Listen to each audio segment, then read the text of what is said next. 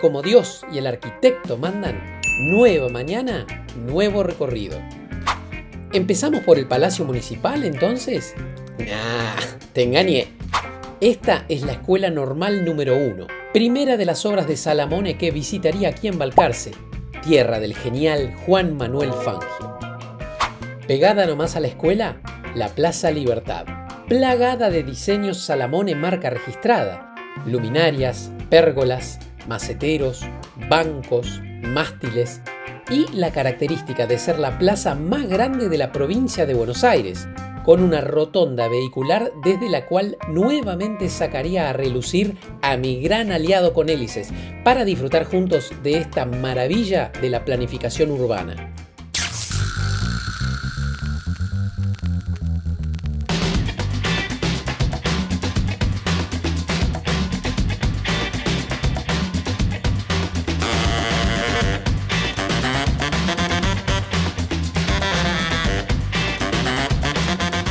Me alejé un poco del centro de la ciudad, esta vez en busca de un nuevo portal.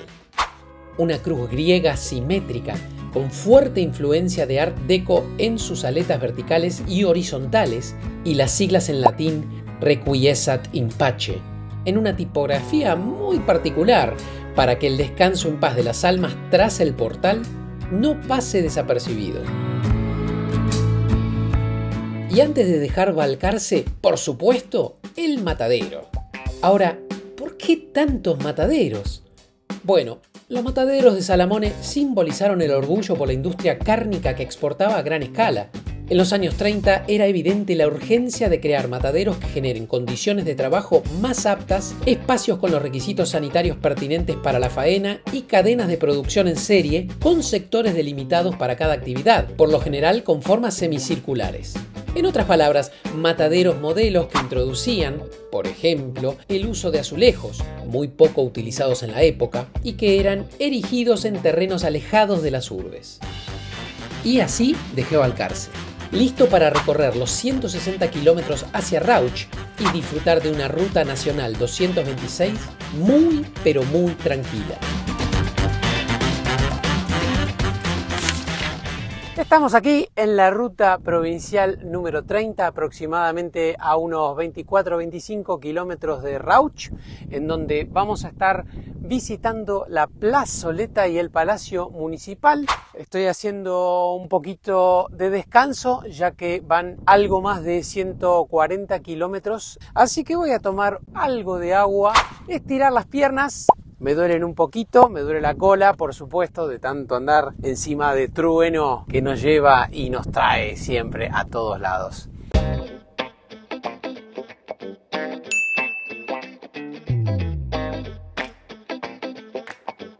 En Rauch me esperaba un nuevo palacio municipal y su plazoleta.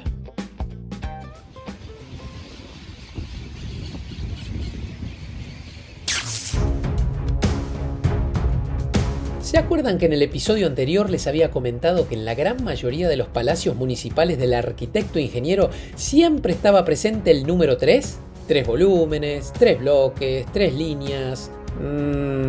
¿Será que Salamone de alguna forma nos hablaba de un equilibrio? ¿Quizás de los 3 poderes del Estado? ¿O tendrá que ver más con una simbología masónica marcada que no se cansaba de incluir en su trabajo?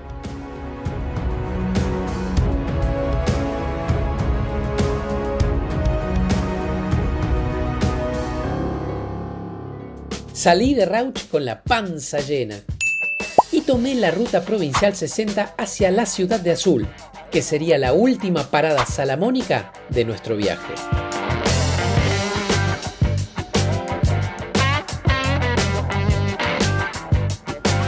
A la entrada de la ciudad me recibiría el hermoso e imponente Cristo y Vía Crucis.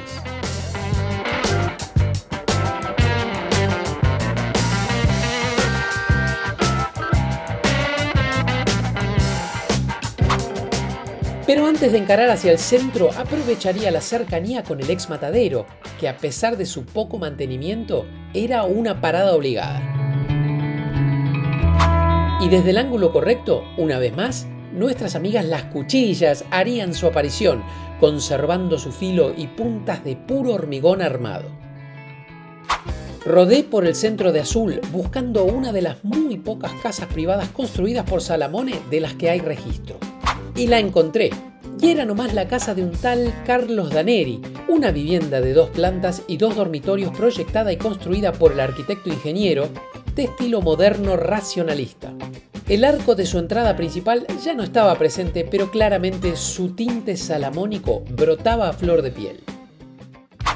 Y ya que estábamos por el centro, qué mejor que visitar la Gran Plaza San Martín, otra obra que simplemente se rehúsa a volverse obsoleta, a pesar de haber sido construida hace casi un siglo. Me quedaba una última obra de Salamone por conocer. Continué rodando con trueno y me dirigí hasta el Centro de Interpretación Salamone de Azul, lugar que les recomiendo si quieren asesorarse sobre la vida y obra del gran arquitecto, especialmente en Azul. Pero no, el centro no era el destino. Había dejado como última obra para conocer a la que yo considero la estructura más hermosa de todas las obras del gran Salamone. Algo así como regalándome una recompensa por tantos kilómetros recorridos y tanto esfuerzo. Señoras y señores, con ustedes, la magnánima portada del Cementerio Único de Azul.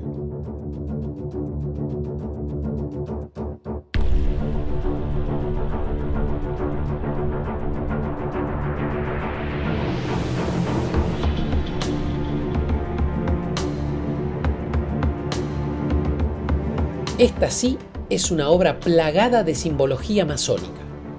Revestidas en placas de caliza negra, nuevamente las siglas Requiescat in Pace, un arcángel San Miguel custodiando la entrada con espada y casi que diría hasta con armadura. Un gigante facetado imponente de concreto reforzado que nuevamente hace uso del juego de luces y sombras tan característico del genio ítalo-argentino. Ingresando al hall, como parte del diseño original, una capilla y un crematorio que nunca se llegó a utilizar. Pero hay una pequeña sorpresa más. La parte trasera de la portada alberga una cruz simple, similar a otras tantas que ya hemos visto del arquitecto, y que contrasta con los fastuosos panteones que habitan el cementerio. Y así me iría a descansar, feliz de haber seguido las huellas del increíble Francisco Salamone.